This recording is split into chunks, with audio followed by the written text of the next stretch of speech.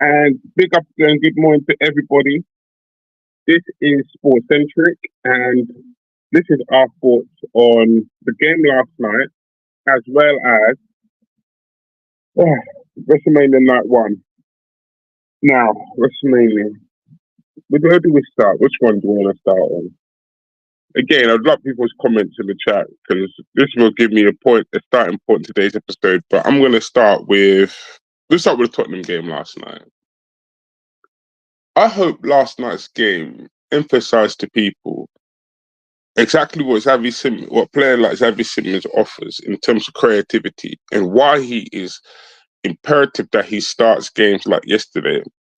Because the moment that he steps on the pitch, you can see that he's already two moves ahead. He's looking at players' positions. He's looking at how to interact, bring players into the game, and try and influence the game going forward. He is the creator and the only creator that Spurs actually have. If you look at the likes of Sarr or the likes of Bergval and the likes of Archie Gray, they aren't that. They don't look. They don't pitch. They don't have the game of football like a picture in their mind. It's not a slam against them. It's just that's the way they are as players. That's the profile of players that they are. But with someone like Harry Simmons, yeah, he can see the game a bit like Christian Eriksen, where he can see the game in his mind and therefore be able to create something out of nothing. And that second goal yesterday, take a bow, young man. The way that he arced it into the corner, giving Van Brugge no chance to save it, fair play to him, mate. And what I would like here is sometimes players come from different leagues and it takes time for them to settle. There are multiple facets to a move. Say, like for someone like Simmons, yeah, he is 22, but he's been a journeyman through different clubs. Now he's coming to England, so he's now got to acclimatise, settle down, find a home, see how his family adapt. There is more to it than just football and coming in as a player. So it takes time for some players to settle. And when you look at these players, these always have to be added to the context when you look at the players that you see. Well, that's what I find anyway. I don't want to tell people how to respond. That's their business, but that's how I see it anyway. Is a bit like when you look at Verts at Liverpool. Sometimes it takes time for them to come over to a new league and settle down and understand the goings in the league. And my thing for Xavi Simons would be this summer to not just his participation in the World Cup, but also go into the gym, try and build yourself up muscular, so you're more steady for the Premier League. That's what I would be advising Xavi Simons. And that's on him now to respond to that. And let's see what he does during the summer. How he changes for the league. Because that's what Modric did. If fans remember Modric, in his early days, he was a bit lightweight. But in the summer window, what he did is he worked himself out. He looked at the league and adapted accordingly, worked himself out and be able to strengthen himself up on the ball.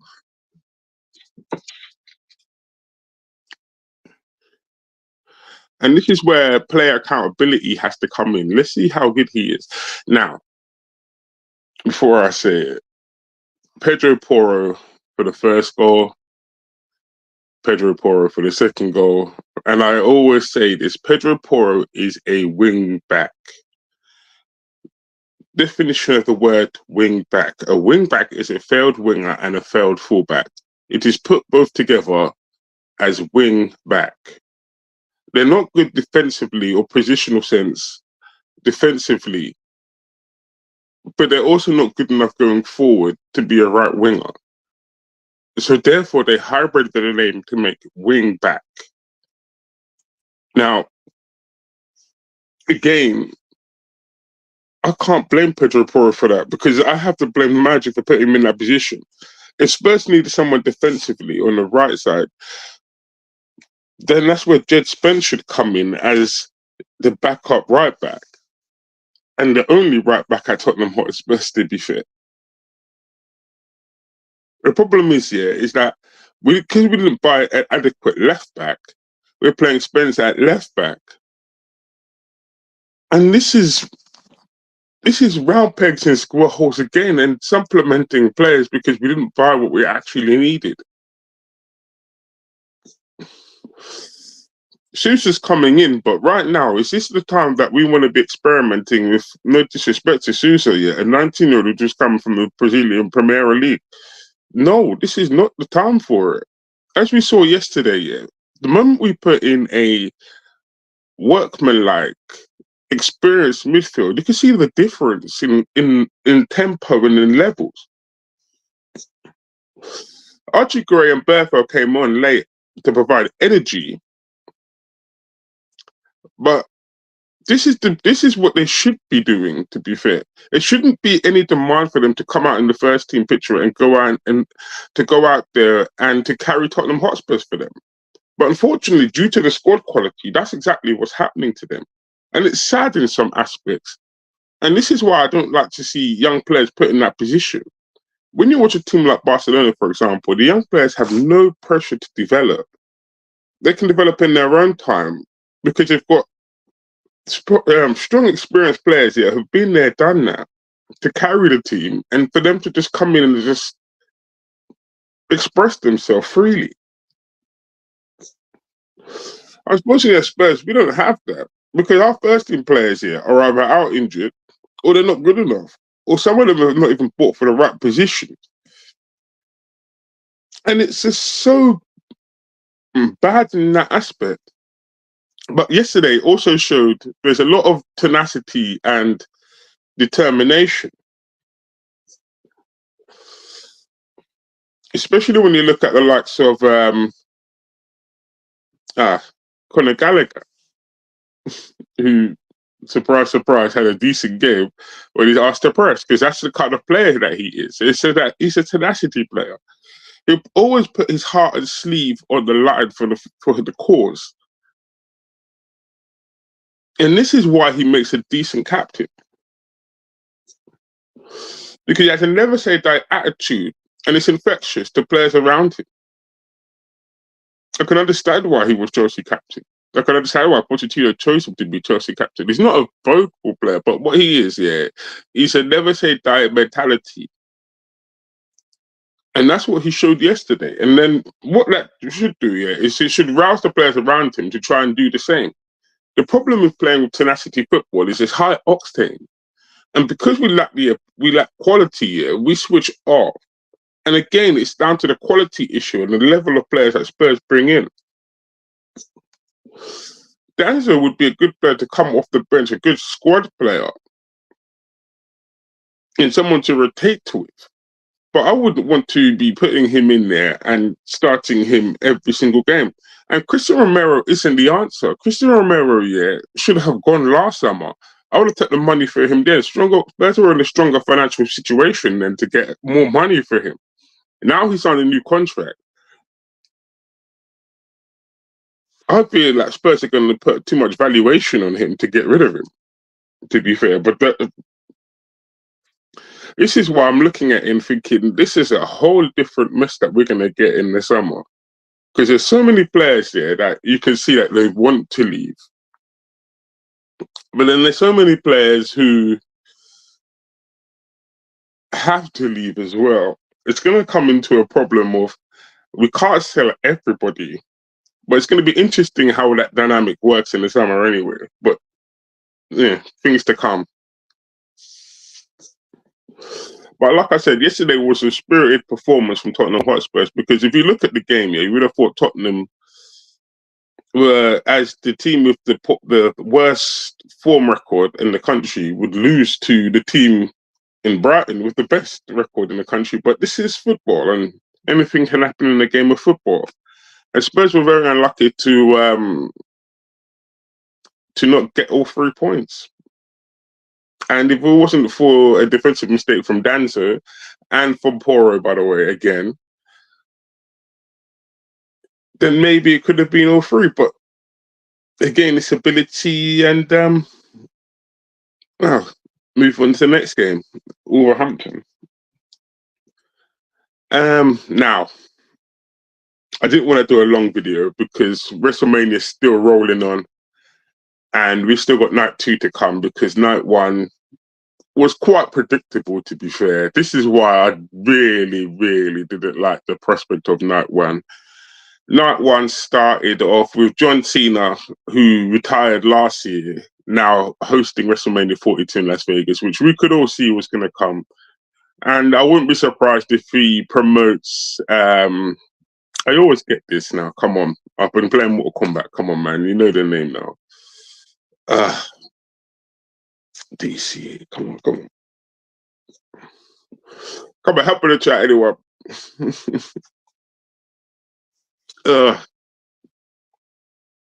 I'm on. Anyway, John Cena was the host of the promotion, the host of WrestleMania 42 in Las Vegas. And what we're going to say is, when Bianca Belair came out, it was nice to see Bianca Belair, because Bianca Belair, yeah, we've been, what a lot of speculation has been going on, because her hand injury has been going on for a long time. So something smelled sus already for that. But when she came out and she was pregnant, fair play to her for coming out and saying that she's pregnant, and what a round of applause. And she deserves it, because she's a brilliant performer. And it's unfortunate, because we would have got Jade Cargill versus Bianca Belair, but circumstances and life, hey. Anyway, we digress. We're going to start with ISO Speed and The Vision versus Jey Uso and LA Knight. We all know it's WrestleMania, yeah, and there has to be a feel-good factor for the people. And I know there has to be that kind of romantic thing. And ISO Speed turning on The Vision, we could see that coming a mile off. And the Usos and LA Knight coming through, that was an easy, predictable win for the LA Knight and the Usos. And we all knew it before the pay-per-view, to be fair. Now, I'm going to come here with something else, because also in this pay-per-view, WrestleMania 42, there have been a lot of innuendos, and there's actually a lot of foreshadowing that you can actually see coming in. And this is what takes out the appeal of some of the wrestling at the moment, because when the storyline is actually told in advance, it's actually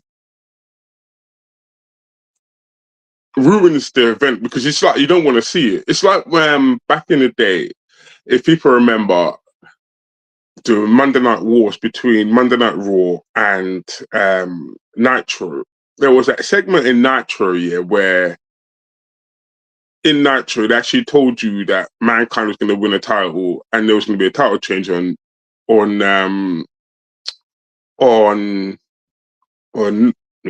Nitro. People switched over to watch Mankind win the title, but a lot of the people didn't want to see what was going to happen on Nitro, because you didn't want to see the title change, because you knew the title was going to change, and it became boring.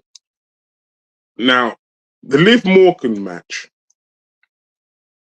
I'm going to use as the example here, in the fact that Liv Morgan released an album on Monday Night Raw, and she came out to the track at the beginning of WrestleMania. So to highlight that and to market it, you could actually see Liv Morgan winning that match. And plus she won at Royal Rumble. You could actually see her winning the match. And another telltale sign here is, whoever leads in the last go-home episode of Raw or SmackDown goes into WrestleMania, more likely they're going to lose the match at WrestleMania.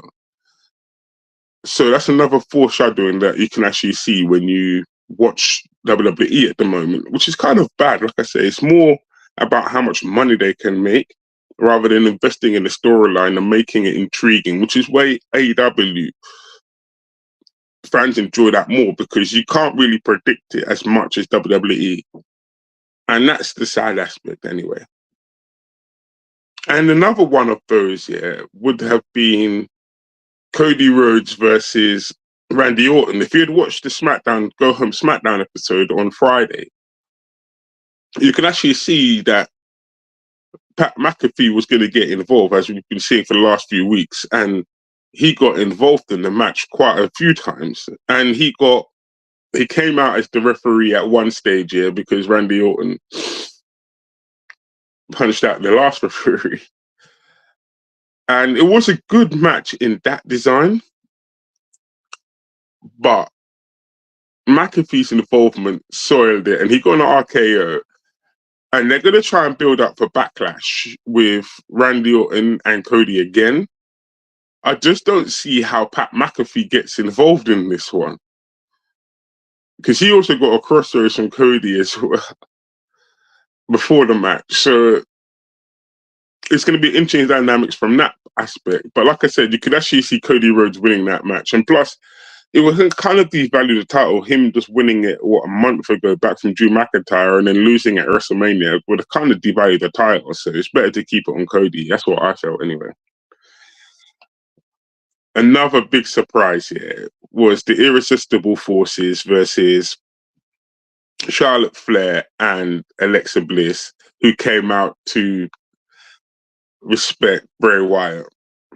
R.I.P. Brilliant wrestler. The Fiend with her upside down Firefly, and Bayley and Lyra and the Bella Twins. Now, this match here was going to be nip and tuck for Nikki Bella, because Nikki Bella was injured, and there were talk of putting the Kabuki Warriors into this match, which is why there was no match between Oscar and Io Sky, because they've been having a bit of feud there, but that was put on the back burner just in case Nikki Bella couldn't make it. But what we had instead, yeah, was that match, but Nikki Bella came out, she was still on crutches, and she basically introduced a returning Paige who got one pop, and they even mentioned her name AEW, to be fair, Soraya. But as soon as Paige came out, we all knew what was happening in this match, because every time Paige comes back, or Paige, her first night, she always wins the title. So once we knew Paige was in this match, the end was already there already. We knew Paige was going to come and pull off the winning move and become champion, because she did it in the first match against AJ Lee. And as we go into that, and as we mentioned AJ Lee versus Becky Lynch, right, we all knew AJ Lee had bested Becky twice. And so this time, yeah, I knew that Becky was coming out on top. It could not happen twice and then there's no response from the man. It had to be a response from her. And it was another hard-hitting match. And again, Becky just showed her qualities and came through at the end. And that's what she does.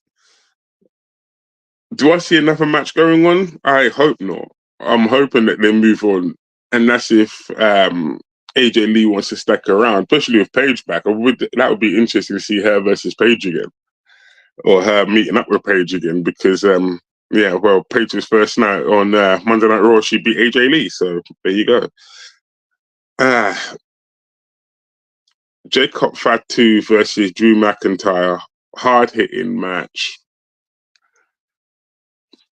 Out of the people in the chat, yeah, who would you say was going to win that match? Because there's a lot of animosity between the two of them. Like I said yesterday on this broadcast, that you can see there's a lot of animosity between the storyline between them has been good in the aspect of Jacob has caused Drew McIntyre the title, and the fact that Drew McIntyre is bringing Jacob's history about him being arrested and all the time that he spent in jail into it. So it made it personal.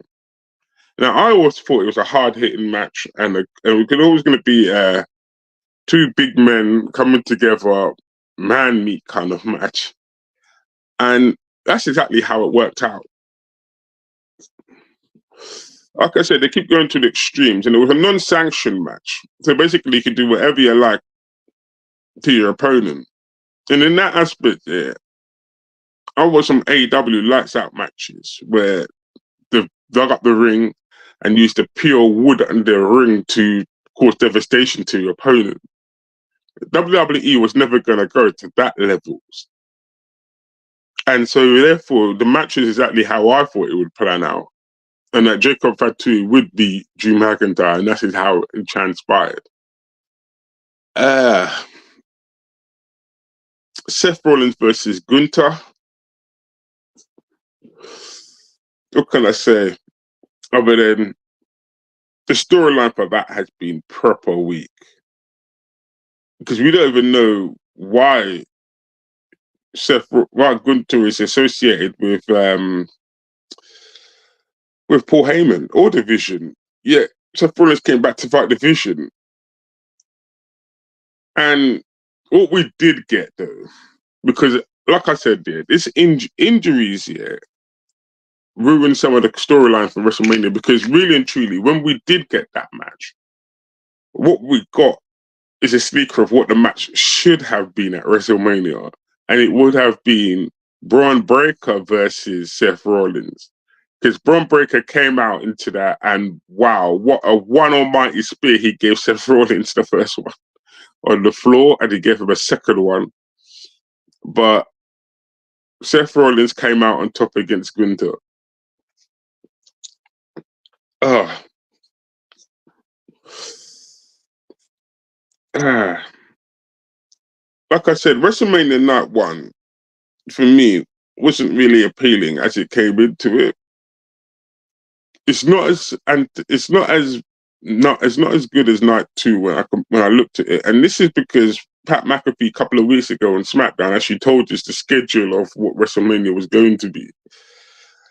And from that time there, yeah, it just lost its luster because there was so much storylines that were missed and so much aspects of it that was missed on the build up, on the running, that there was no real investment into some of them. They did a good job on the Liv Morgan and the Stephanie Becker angle. They did an awful job on the Pat McAfee and Randy Orton, and because it felt like last year with John Cena. So it was like spin, cycle, repeat. They had to change it up at the end with Cody Rhodes winning this time just to make sure it was different from last year. And like I said, I want you to comment on this because I want to have some something to challenge myself, but I also want to have somebody else's. I also want to have your opinions because without you guys to bounce off and for me to bounce off you and you to bounce off me, what am I doing here? So I want to have that challenging aspect from the people in the comment section. Please put your comments down. And I felt that Nut One was a letdown, and especially for the amount of money that the people were charged to pay to go to each and every night, to go to the 2 nights. And in some aspects, like I said, WrestleMania 37, I believe, the Monday Night Raw was actually better than the WrestleMania itself. So you build up all this WrestleMania hype, and then it's a big letdown, a bit like Tottenham Hotspurs in a way. But that's by and by. Anyway, I'm gonna be off, try and get some rest and get ready for night 2. And hopefully, like I say, night 2 should be the culmination of some decent storylines. We've got CM Punk versus Roman Reigns tonight. We've got Jade Cargill versus Rhea Ripley. We also have the 6-man ladder match for the Intercontinental title. Javon Evans versus Penta versus Dragon Lee versus Rusev versus JD McDonough. And we also have the much anticipated